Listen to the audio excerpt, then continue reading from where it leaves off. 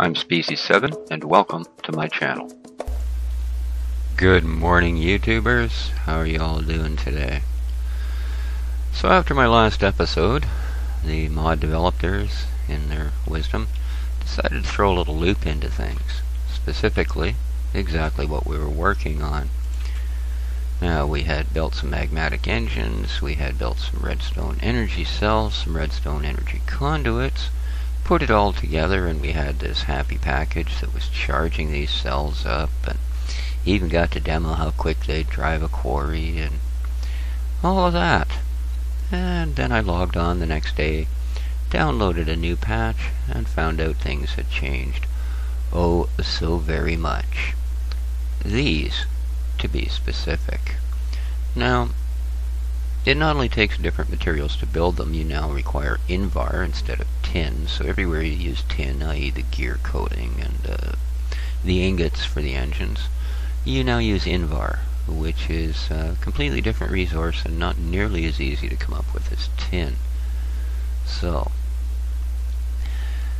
but we already have ours, so that really didn't concern us that much. But what does is this little slot right here. Now, at one time, this was full of happy lava cells.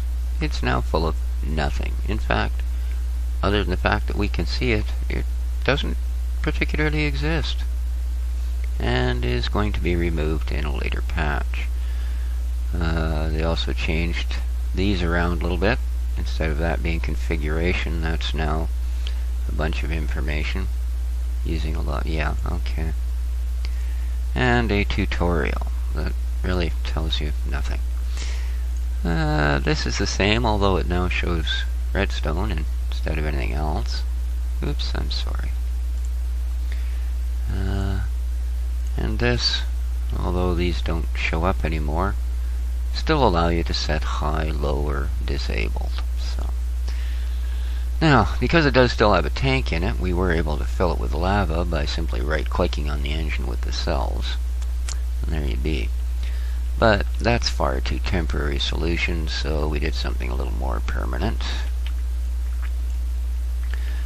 I built a second magma crucible. There you go, happy little magma crucible. They're cheap enough to build, they didn't change the recipe, so that was no biggie. And hooked it up with piping to the bottom of all of my engines, as you can see.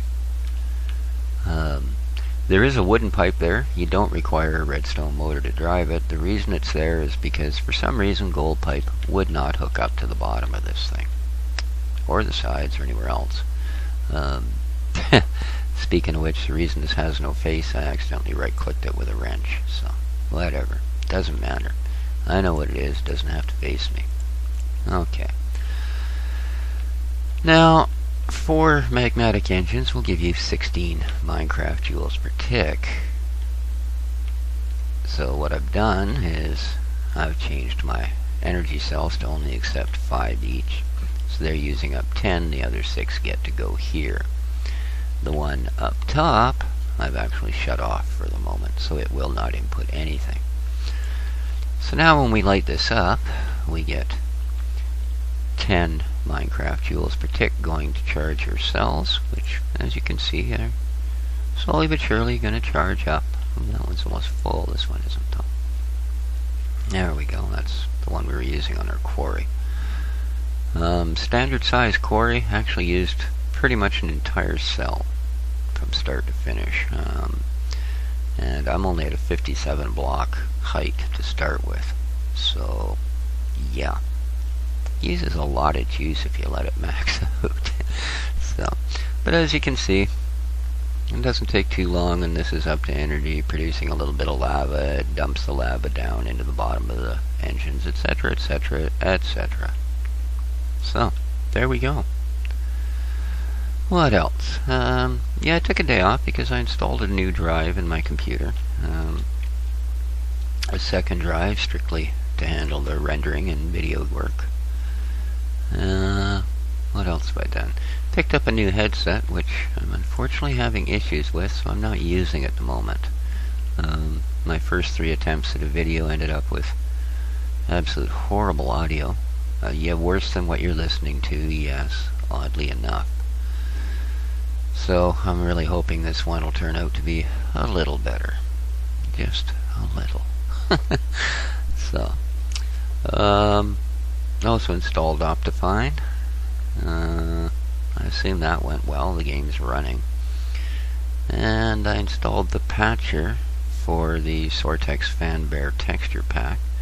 And although the patcher is right from the same mod designers, oddly enough it actually removed textures as opposed to filled in the ones that were missing. Zombie brains, amber, quicksilver, knowledge fragments, none of them show up now. So we'll have to see. Maybe if I re-click the pack or something, it'll patch it and reload it. There you be. So those things have changed. They also did some changes to the Direwolf 20 pack, and they were changes which make me quite honestly really want to go back and just start with that pack and run through this game from there.